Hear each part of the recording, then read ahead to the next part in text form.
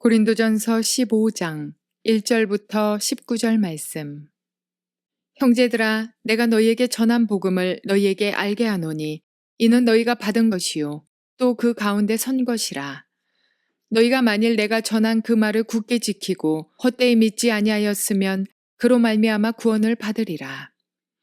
내가 받은 것을 먼저 너희에게 전하였노니 이는 성경대로 그리스도께서 우리 죄를 위하여 죽으시고 장사 지낸 바 되셨다가 성경대로 사흘 만에 다시 살아나사 게바에게 보이시고 후에 12 제자에게와 그 후에 500여 형제에게 일시에 보이셨나니 그 중에 지금까지 대다수는 살아있고 어떤 사람은 잠들었으며 그 후에 야고보에게 보이셨으며 그 후에 모든 사도에게와 맨 나중에 만삭되지 못하여 난 자 같은 내게도 보이셨느니라.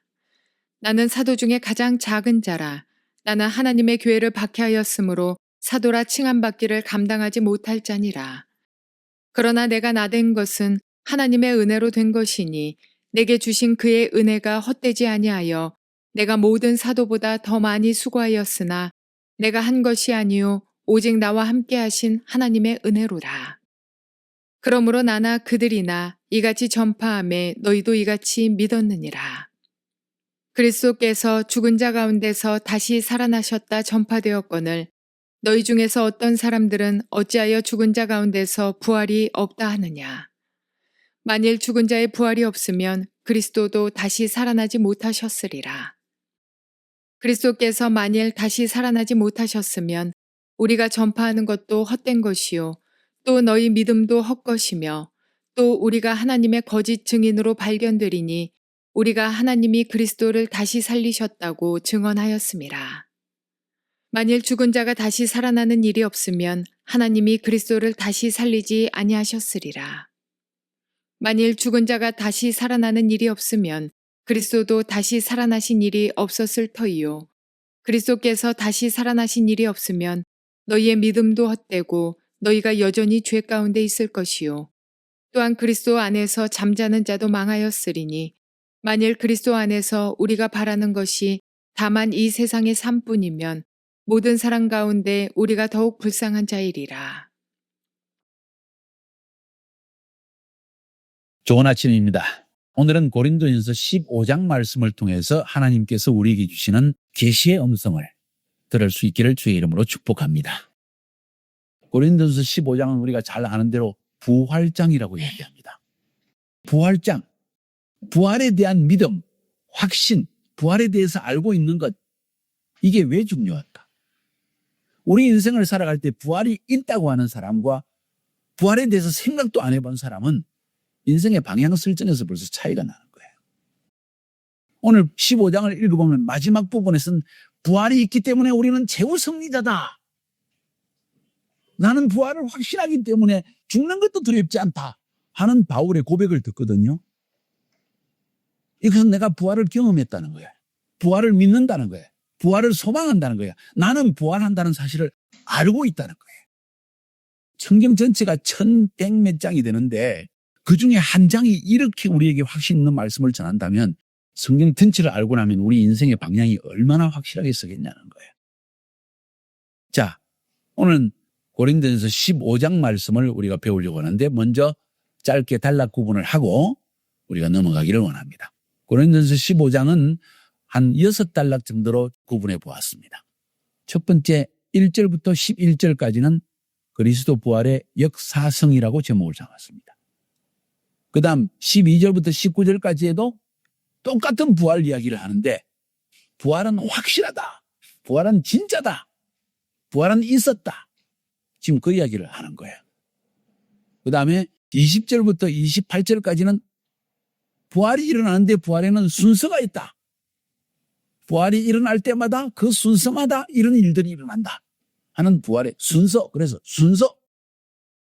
그 다음 네 번째로는 29절부터 34절까지 해서 부활이 있기 때문에 죽은 자를 위해서 부활도 받고 믿지 않는 사람들도 보면은 혹은 또 부활이 있기 때문에 우리가 고난 가운데에서도 주의 일을 하지 않느냐. 뭘 이야기하는 거예요? 부활의 확신과 소망이다. 확신과 소망. 사람이 부활에 대한 확신과 소망이 있으면 이렇게 된다. 이런 일을 한다. 그 다음 35절부터 49절까지 좀 긴 부분이지만 여기서 말하고 있는 핵심은 부활한 몸은 어떤 몸일까? 부활체. 부활한 몸은 어떤 몸일까? 하는 이야기. 그 다음 50절부터 58절까지에서는 부활이 있기 때문에 우리는 최후 승리자다. 부활로 인한 최후 승리. 그 이야기를 지금 하고 있다는 거예요. 요 6달러만 구분해도 우리는 크게 6가지의 부활에 대한 하나님의 관점, 비유를 가질 수 있다는 거예요. 그래서 저는 이 고린도서 15장을 한 3번 정도 나눠서 설교를 해보려고 합니다. 2단락씩. 오늘은 1절부터 19절까지 말씀을 통해서 하나님이 주시는 음성을 함께 들을 수 있기를 바랍니다. 첫 번째 부분은 1절부터 11절까지입니다.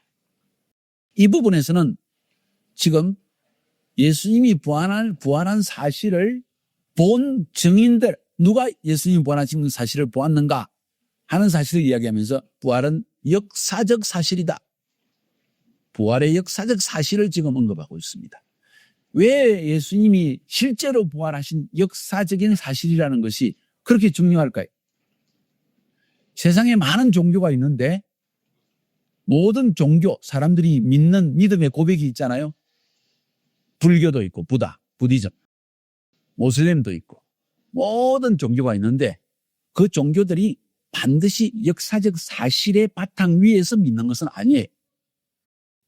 사람들은 종교적인 이론을 만들어냈습니다. 자기의 믿음의 고백을 만들어내가지고 그걸 그냥 믿는 거예요.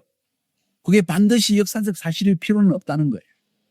그런데 우리 기독교 예수 믿는 사람들은 부활을 실제적으로 일어난 사실이라고 믿고 있는 거예요. 그게 다른 점입니다. 그래서 부활의 역사성이 굉장히 중요합니다. 그래서 사도 바울은 지금 1절부터 11절까지 해서 그리스도의 부활은 역사적 사실이었다 하는 사실을 지금 증거하고 있습니다. 누구를 통해서? 게바에게 보이셨다. 12제자에게도 보이셨다. 500여 명에도 보이셨고 그 후에 야고보에게 보이셨고 모든 12사도에게 보이셨고 나중에는 나 같은 자에게도 보이셨다. 부활은 역사적 사실이었다. 그러니까 사도 바울은 실제적으로 부활을 봤다는 거야. 온 증인이 적은 글이라는 거죠. 그래서 바울은 힘있게 그리스도 부활의 역사성을 지금 이야기하고 있다는 거. 보지 못한 것을 남들이 말하기 때문에 믿는 것이 아니라 내가 보았기 때문에 믿는다 하는 사실을 지금 증거하고 있습니다. 그래서 바울이 전한 복음은 남의 복음이 아니고 내 복음입니다. 왜 예수를 믿는 복음을 전할 때 힘이 있는지 아세요? 내가 체험한, 인카운터한 하나님이기 때문에. 나의 복음이에요. 분명히 복음은 옛날에 있었던 역사적 사실인데 예수님이 십자가의 죄를 우리를 위해 죽으시고 부활한 사건은 옛날 사건인데 지금 마치 나에게 일어난 것 같은 체험이 있는 것이 나의 복음으로서 전할 수 있는 것이 복음이라는 거예요. 그래서 바울은 내가 너희에게 전한 복음, 내가 체험한 복음이고 내가 확신하는 복음을 너희에게 내가 알게 한다. 그리고 내가 받은 것을 너희에게 전한다. 여기서 받았다는 것은 계시로 받았다는 거예요. 하나님으로부터 받았다는 이야기입니다. 사람에게 받은 것이 아니라 사도 바울의 글들을 읽으면 고린도 전후서, 갈라디아서, 모든 서지자를 읽어보면 항상 그 첫 번째 글에서 예수 그리스도로 말미암아 부르심을 받은 하나님의 종, 나 사도 이런 표현들을 바울이 확신 있게 씁니다. 그래서 부활을 증거하는 것은 3가지가 있습니다. 첫 번째 정의는 성경입니다. 부활이 있다는 것을 말하고 있기 때문에. 두 번째 정의는 사도들입니다. 세 번째 정의는 성령입니다. 네 번째 정의는 나입니다. 성령을 통해서 내가 믿으니까. 사도행전 1장, 2장, 3장, 4장, 5장, 6장, 7장 쭉 이렇게 나와보면은 거기에 부활의 증인들의 이야기가 나오는 거예요. 그들은 성령으로 말미암아 부활을 직접 체험한 사람들의 이야기를 하는 거예요. 그리스도의 복음은 이렇게 증거되어졌습니다. 그들이 증거한 핵심은 그리스도는 부활하셨다. 예수는 부활하셨다. 너희들이 기다리는 메시아, 즉 헬라 말로 그리스도는 부활하신 예수다. 예수는 그리스도다. 예수는 메시아다.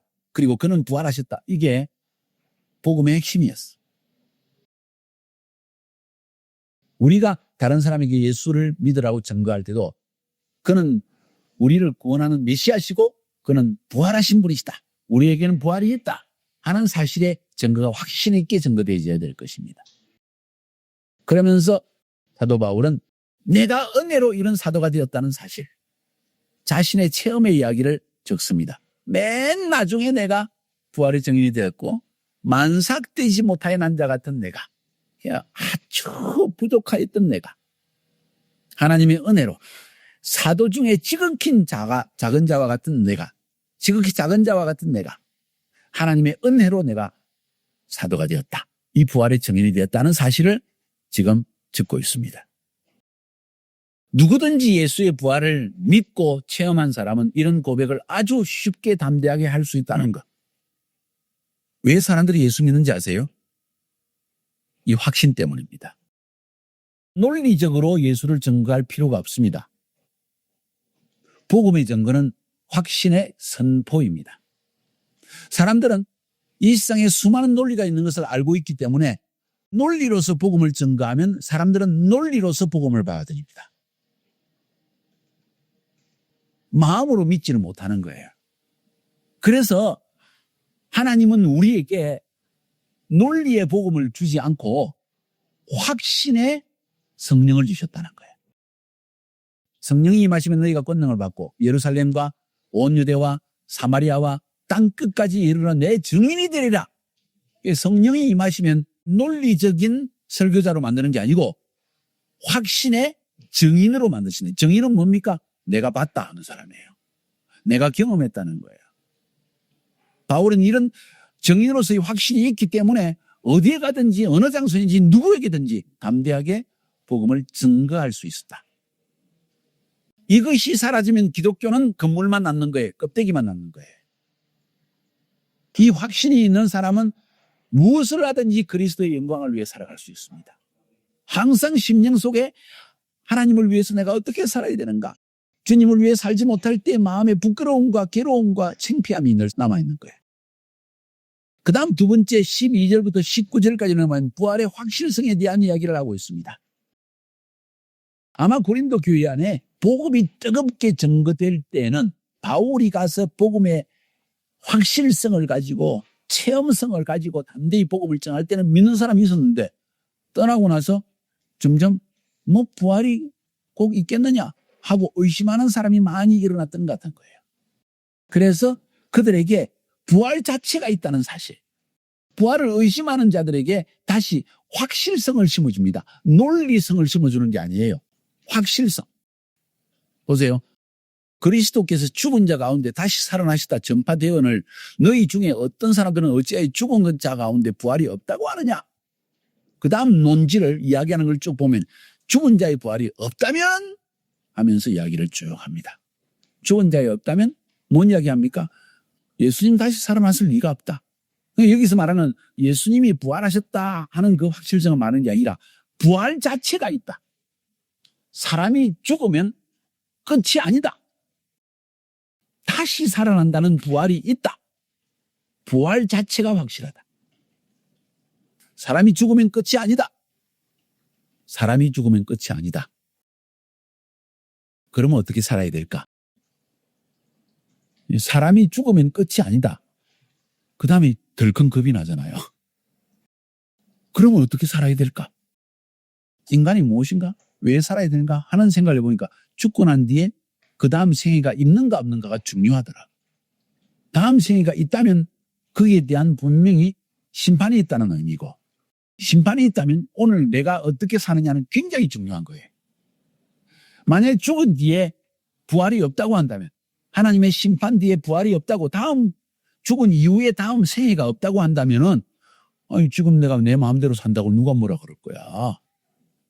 나쁜 짓을 하든 착하게 살든 그게 무슨 상관이 있어. 죽은 뒤에 아무것도 없는데. 그런데 죽은 뒤에 부활이 있다고 한다면 이야기는 달라지는 거예요. 지금 내가 사는 거는 굉장히 중요해. 죽고 난 뒤에 삶과 연관이 있기 때문에 내 마음대로 사느냐 아니면 어떤 전능자가 심판하시는 그 기준을 따라 사느냐. 엄청난 차이가 벌어진다는 거예요. 그래서 오늘을 적당히 살지 않는 거예요. 왜? 내가 오늘 사는 것이 너무 중요하기 때문에. 영원한 나의 삶과 관계가 있기 때문에. 부활은 있습니다. 고린도 교회 안에 부활 자체에 대한 의심이 생겼다는 거예요. 죽은 자가 어떻게 부활하느냐? 그런 일이 세상에 있을 수가 있냐?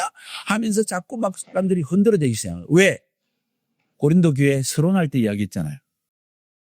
철학이 아주 강한 지역이 있다는 거예요. 아주 토론이 심합니다. 온갖 인간의 토론을 다 받아듭니다.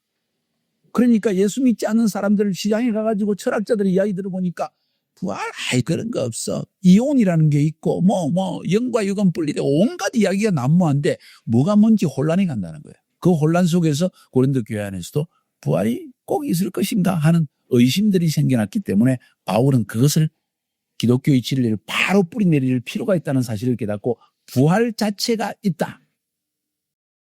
인간에게 소망이 있는 이유는 역사적인 사건으로서의 부활이 있기 때문이다. 그 부활이 있기 때문에 예수님도 부활하셨다. 그 예수님이 부활하셨다는 사실은 부활 자체가 부활이라는 것이 있다는 것이다. 그 부활이라는 것이 있기 때문에 나도 부활한다. 나만 부활하는 게 아니라 실제로 자연계를 보아도 부활이라는 것이 있다. 그 이야기를 지금 설파를 하고 있는 거예요. 인간에게 도덕과 윤리가 있어야 되는 이유도 부활이라는 게 있기 때문이다. 부활이 없다면 네가 악하게 살든 추하게 살든 무슨 상관이 있느냐. 그런데 부활이 있기 때문에 우리는 나쁜 짓 하고 못 산다. 더러운 짓 하고 못 산다. 죄 짓고 못 산다. 왜? 부활 직전에 있는 심판을 두려워하기 때문에.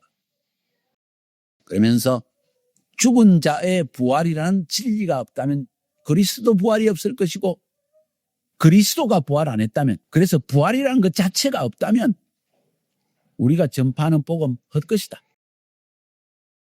너희가 믿는 것도 헛것이다. 우리는 하나님에 대해서 거짓말로 정의하는 것이다. 한마디로 죽은 자의 부활이라는 게 없다면 예수님 부활 안 했다. 부활이라는 사실이 있기 때문에 이 모든 것은 가능한 것이다. 내가 전파하는 것 헛된 거 아니다. 너희가 믿는 것 헛된 것 아니다. 하나님 말씀하신 것 부활이 있다는 사실은 사실이다. 나는 올바른真理이다. 뿐만 아니라 그리스도의 부활은 죄사함과도 연관이 있다. 17절에 그리스도께서 다시 살아나는 일이 없다면 너희의 믿음도 헛되고 너희가 여전히 죄 가운데 있을 것이다. 왜? 예수님이 죽은 것이 죄 때문에 죽어버렸다면 끝이잖아요. 부활을 했기 때문에 죄 사함을 받은 자 의인만 부활할 수 있으니까 우리도 그리스도와 함께 죽고 이젠 내 죄는 그리스도의 죽음과 함께 죽었고 주님이 부활하실 때 나는 살아났기 때문에 죄 사함은 일어난 것이다. 그래서 부활이 없다면 죄 사함도 없다. 얼마나 허무하냐. 너희들의 믿음 헛된 것이다. 너희들 엉터리 종교 믿은 거다. 그런데 부활이 있기 때문에 모든 것은 가능하니 요 믿음의 설파를 요 안에 엄청난 복음의 교리가 지금 들어앉아 있는 거예요. 그리스도의 부활은 그냥 죽은 자가 부활했다는 정도가 아니라 죄가 사라지고 의인으로서 취급함을 받았다는 사실을 우리에게 보여주고 우리에게 생명을 가져왔다는 증거로서 부활은 굉장히 중요한 것이다. 이 믿음이 여러분 가운데 견고하게 뿌리내리기를 주의 이름으로 축복합니다. 그러면서 18절, 19절에서는 죽은 자의 부활과 만약 이것을 부활이 없다고 생각할 때 우리가 얼마나 허무한 자인가를 이야기하고 있습니다. 그리스도 안에서 잠자는 자들도 망하였을 것이다. 그리스도의 부활이 없다면. 만일 그리스도 안에서 우리가 바라는 것이 다만 이 세상의 삶뿐이라면 예수 믿으면서 이 세상의 삶 축복받는 거로 끝난다고 한다면 모든 사람 가운데 우리가 가장 불쌍한 자다. 그런데 부활이 있다고 한다면 가장 축복된 자. 그러니까 기독교인이 삶을 살아가는 근본 이유는 부활을 믿기 때문이라는 거예요. 부활이 존재하기 때문에 우리는 지금 수고가 헛되지 아니하다. 잠을 좀 자지 못하고 눈이 몽롱해도 피곤하고 지쳐도 내 것을 다 던져도 아깝지 않다. 왜? 하나님이 나에게 주실 부활의 영광스러운 몸을 나는 기대하고 살기 때문이다. 이 믿음이 여러분 신령 가운데 충만하기를 주의 이름으로 축복합니다. 이 믿음으로 살아야 됩니다. 이것 있으면 지금 있는 잠깐 고통과 아픔과 이런 것도 그거 별거 아닙니다. 아, 나는 부활을 향하여 나아가고 있구나. 주님 부활하신 것 감사합니다. 우리에게 본을 보여주신 것 감사합니다. 그리스도 안에서 나도 부활할 것입니다.